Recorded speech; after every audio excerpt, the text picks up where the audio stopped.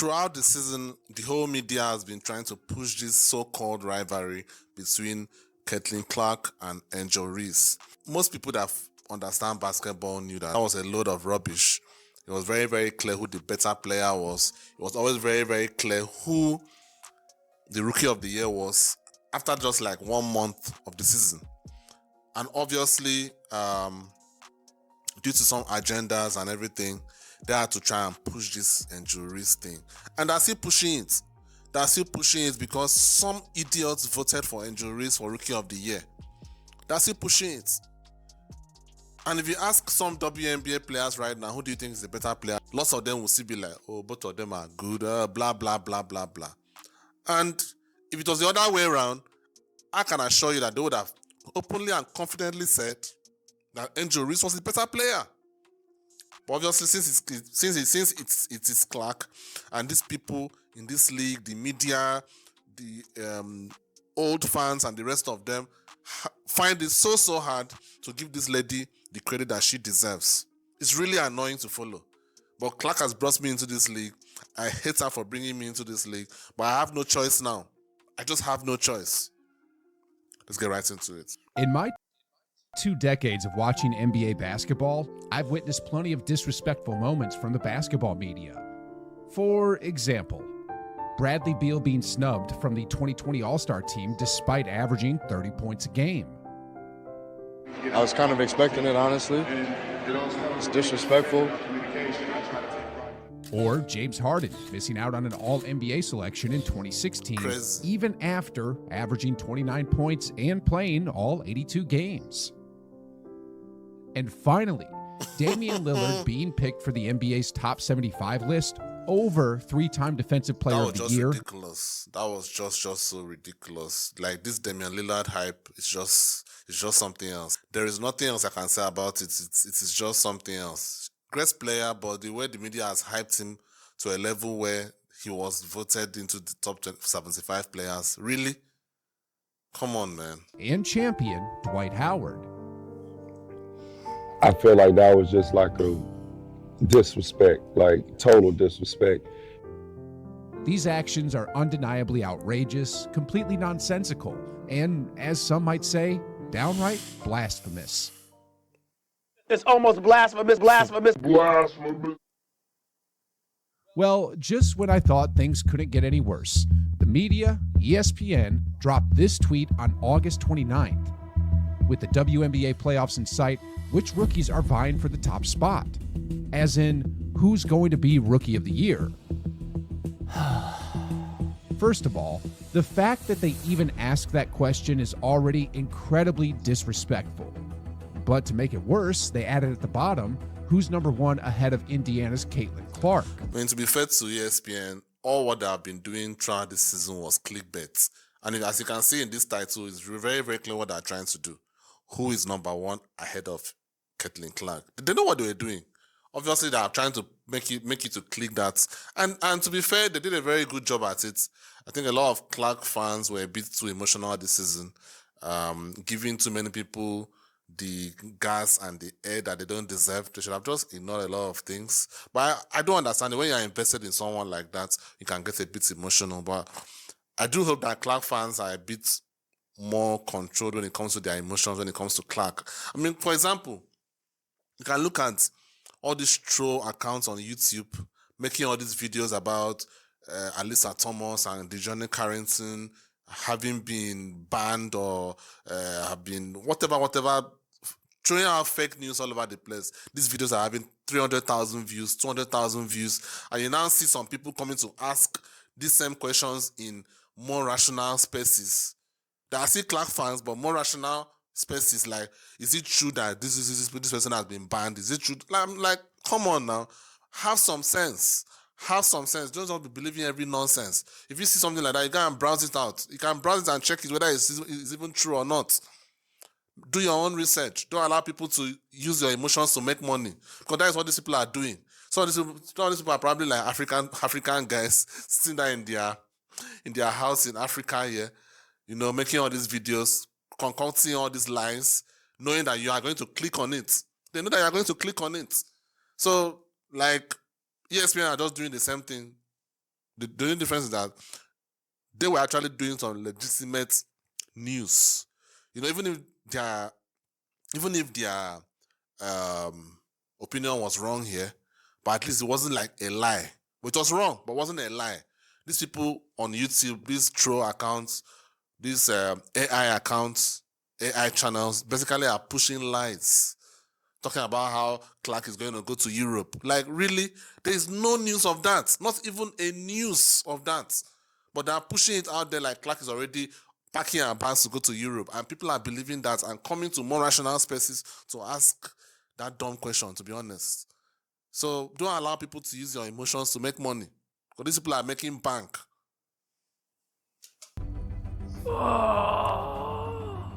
In case you missed it, on August 29th, ESPN placed Angel Reese ahead of Caitlin Clark on the Rookie of the Year ladder. And if you're wondering why that's so outrageous, let me break it down for you with the story of the day Caitlin Clark humiliated her bully, Angel Reese. For the longest time, Angel Reese has been targeting Caitlin Clark. First, it was her iconic John Cena "You Can't See Me" gesture and the ring finger point during the 2023 NCAA Championship. Later in the WNBA, she made headlines again by smacking Caitlin on the head without a second thought, then celebrating as her teammate shoved her to the ground. Then at the All-Star Weekend practice, she miraculously sank a three-pointer immediately after Caitlin missed hers, celebrating with everyone except Caitlin Clark.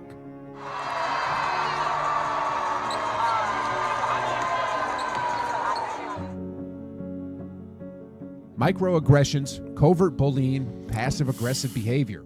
Call it what you will, but it's obvious she has a problem with Caitlin. Of course, when the media... I mean, like, I think anybody with sense can see that. I know some stupid people actually believe that players are supposed to come out and say, "Oh, I hate this player." So that means since they have not done that yet, it means that nobody hates her. Clearly, a lot of these players hate her. Angel Reese clearly doesn't like Caitlin Clark. Aisha Wilson clearly doesn't like Caitlin Clark. They can try to act like they do, but they don't. Like, people don't have to say anything. All you just have to do is look at people's actions. It's very, very clear that these two players do not like Caitlin Clark. It's very clear. And there's nothing wrong with that. There is literally nothing wrong with that. You're not supposed to like everybody. So if they don't like Caitlin Clark, they have their own reasons for it. Maybe because she's white. Maybe because she's too popular. Maybe they are jealous of her popularity. Whatever it is. But they have the right not to like Caitlin Clark. But to come out and claim like, or pretend like these players like Caitlin Clark is just disingenuous, and either you're just being disingenuous or you're just being stupid. Turns the cameras on her, she downplays any animosity, insisting she doesn't hate Caitlin and that they're just competitors. Like, me and Caitlin Clark don't hate each other. Like, I want everybody to understand that it's just a super competitive game. Well, on Friday, August 30th, under the hot Chicago sun, with the temperatures climbing to 86 degrees Fahrenheit, the stage was set for the two of them to once again compete. This wasn't just another regular season game between them. Throughout the season, as highlighted in that ESPN tweet, people have been pitting them against each other to see who would claim Rookie of the Year. So that was on the line. Secondly, this was the first ever Barbie-themed game hosted by the Chicago Sky. Angel Reese, who earned the nickname Bayou Barbie in college and now Chi-Town Barbie in Chicago, was the embodiment of the anything is possible spirit, with every seat in the arena draped in pink. And lastly, it was their final rookie showdown. In college, Angel held a 4-1 advantage over Caitlin, but in the WNBA, Caitlin was ahead 2-1. This game was Caitlin's chance to secure a commanding 3-1 lead over Angel's opportunity to even the score. Before the game had even started, though, Angel was confident she was going to secure the win. I mean, she even dressed up as Dennis Rodman and was striking poses and modeling before the first whistle blew.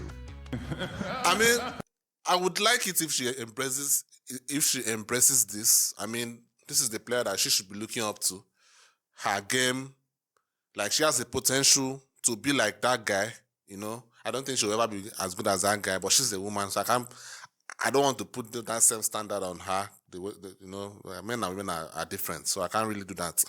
But in terms of like their style of play, their strengths, she's a generational rebounder. Irrespective of catching her own misses, she's a generational rebounder. That is just a fact. And in terms of her defense, she's not elite yet, but there's potential there. She's already an above-average defender, to be fair. So she has the potential there. So she can focus on, if she can focus on that, become a Dennis Rodman of the WNBA.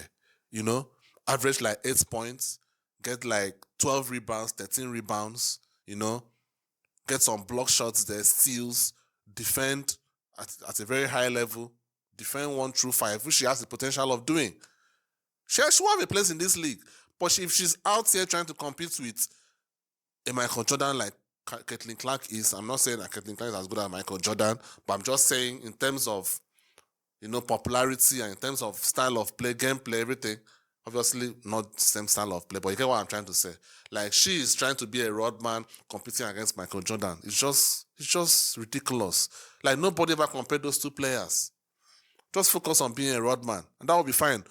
Could even win a defensive player of the year if you are focused on that, But I guess she likes this popularity of a thing so much, and she feels like if she doesn't become what she's not, that she's going to disappear from people's minds.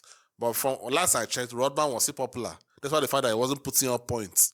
So you can carve out your own niche and be great at it, and also be as popular as well. Caitlin Clark, on the other hand, was all business as she walked into Wintrust Arena. From the moment the game started, her focus showed. And if anyone in the audience grasped the significance of the moment, it was Shaq Diesel, sitting courtside, watching it all unfold.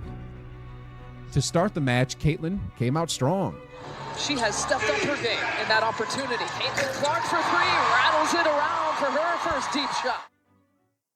Unfortunately for her, despite her best efforts, the Sky supporting cast was hotter than hot, draining 3 after 3 after 3. At one point, the score was 21-9, and it seemed like the Sky was on the verge of steamrolling the Fever. In that moment...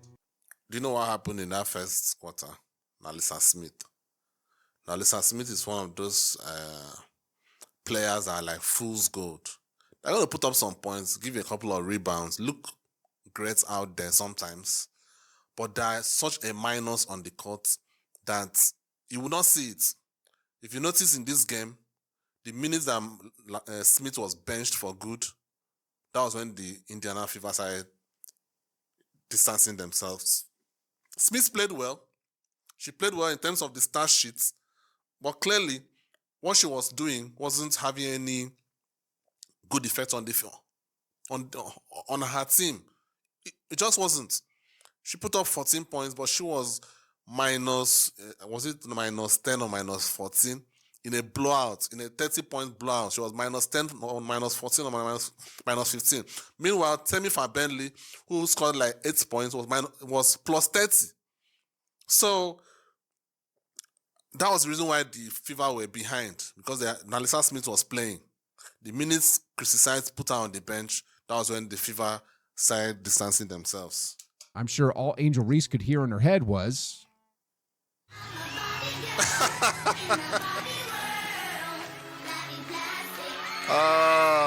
Crazy. Unfortunately for Angel, like I said earlier, Caitlin Clark was all business that day, and as for the Sky's incredible three-point shooting, well, their luck began to run out. The Fever began to mount a comeback with Caitlin Clark leading the charge, while Angel Reese was left helpless. That 21-9 lead vanished, and by the time the first quarter buzzer sounded, it was 26-23, a tight one-possession game. Caitlin Clark was fully aware of that fact, so to start the second quarter, she calmly sank a logo 3, closing the gap. Fever, good ball movement on this possession. Logo shot! Logo make for Clark! Nice. Angel Reese tried to respond, but ended up traveling. This, ladies and gentlemen, this would become the story of the night. Caitlin Clark kept making unbelievable plays, even interacting with the crowd, playfully asking if her shots went in. Meanwhile, Reese struggled so much that it became clear why I previously said that this ESPN's tweet about who the best rookie is was downright disrespectful. If you think I'm over-exaggerating, just wait until you see what unfolds for the rest of the game, because things only get infinitely better for Caitlin and infinitely worse for Angel. I'm sure Sue Bird, who was right there in the arena, would wholeheartedly agree. As the third quarter began, the Sky grew desperate to stop Clark, resorting to tactics like this one, where they even... These landing space fouls that the WNBA do not call. They will injure Clark one day. They will end their career one day. This particular thing was the same thing that ended Kawhi Leonard's career when Zaza Pachulia, or Pechip Shots, whatever Kibeles used to call him, injured that guy, and that was the end of him. He has been trying to come back from that same injury. They have to call these fouls. What kind of league is this? Denied her a safe landing spot. Angel Reese, on the other hand, was being guarded on the three-point line as if she were Giannis. Unfortunately for Reese, she lacked Giannis's other qualities. The fever punished her around the rim, and when she tried to attack, she failed miserably. Here the third. Angel Reese lowers her head. Gets her off the loose ball. As I mentioned earlier, the story of the night was Caitlin's greatness on full display and Angel's disappointing performance. And keep in mind, this was after Angel dressed up as Rodman and modeled before the game on Barbie Day in the home of the Chicago Sky. By the end of the third quarter, Caitlin Clark had racked up 23 points and 9 assists, while Reese managed just 5 points and 7 rebounds. Horrible. The overall score was 78-64 in favor of the surging Indiana Fever, who have held the third best record in the WNBA since mid-June. Then came the fourth quarter, where Caitlin Clark once again looked like a hero, and as for Angel, well, she and the Chicago Sky looked like sore losers, amongst other things. And if you're curious about what I mean, let me walk you through exactly what went down in the fourth quarter. So, first and foremost, when it comes to pure basketball, Caitlin Clark was dazzling once again.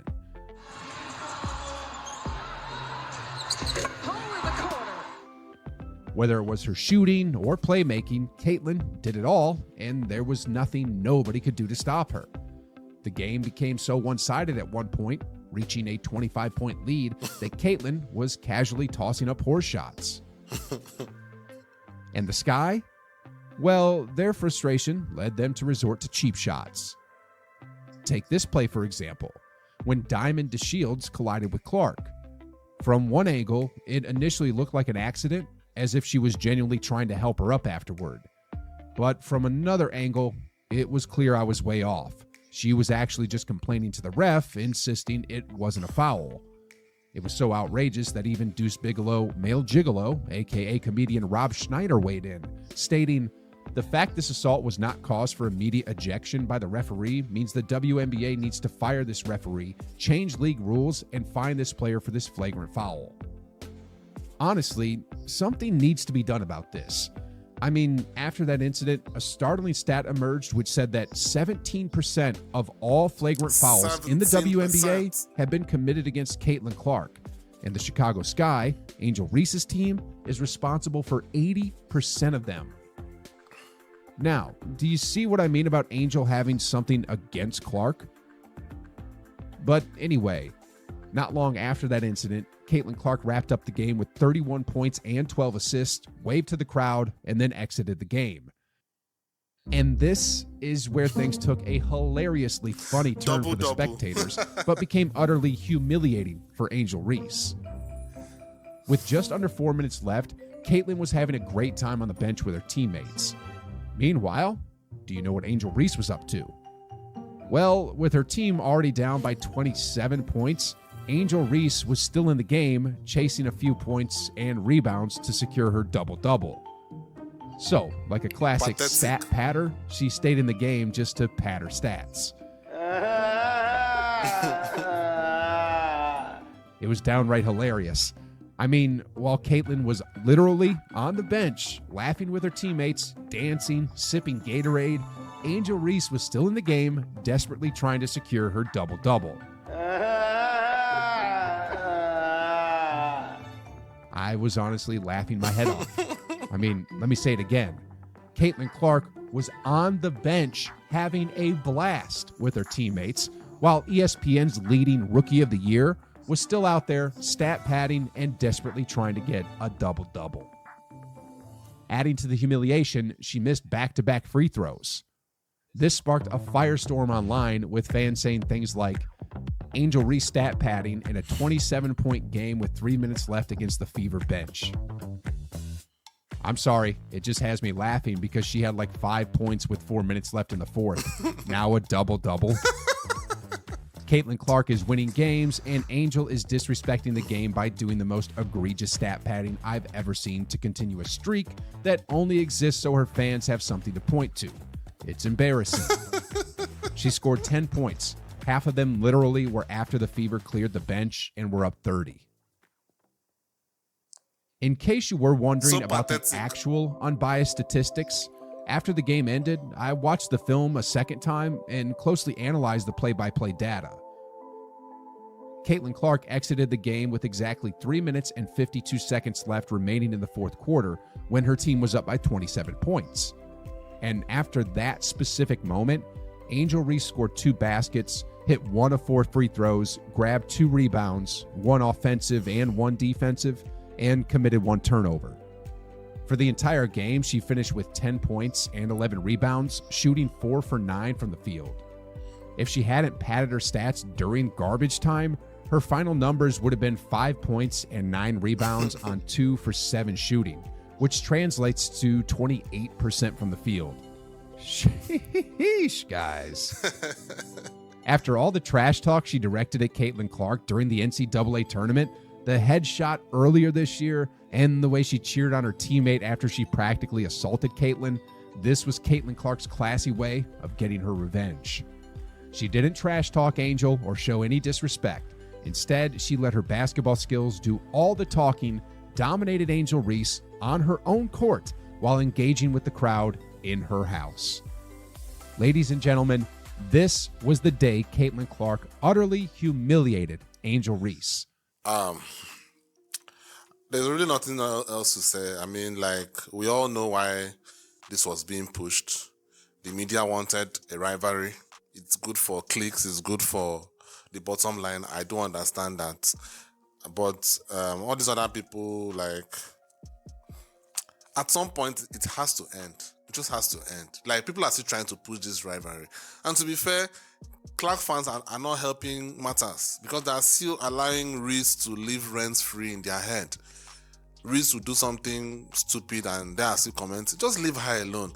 Part of the reason why people are still bringing this rivalry up is because every post about Clark fans are like, Reese wouldn't do this or Reese wouldn't be able to do this. Like the golf thing I saw, the comments, I was seeing people bring up the fact that instead of Reese doing things like this, she's being naked. I mean, what's your problem? Just leave her. Because when you keep mentioning her name like that, you are actually giving her air that she does not deserve. You know, just leave her. She knows what she's doing. She's just riling people up, keeping her name in the news, which is what she wants to do. She knows that her game cannot do that for her. She has to be too controversial to do that. So, like, it's just sad how Clark fans are letting themselves to be used for all these, you know,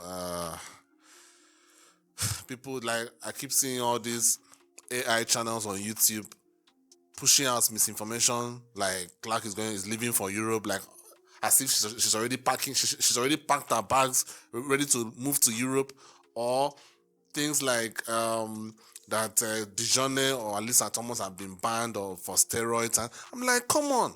And people take that message, come into spaces that are more rational and ask people, is it true that so like, why are you asking that kind of question? First of all, you should know that is so outlandish. Do your own research. These people are just sitting down there in whatever country that they are, whatever third world country that they are, making all these videos, you know, using your emotions to make money, and you're just falling for it. Anyway, let me know what you think down in the comments. See you on the next one.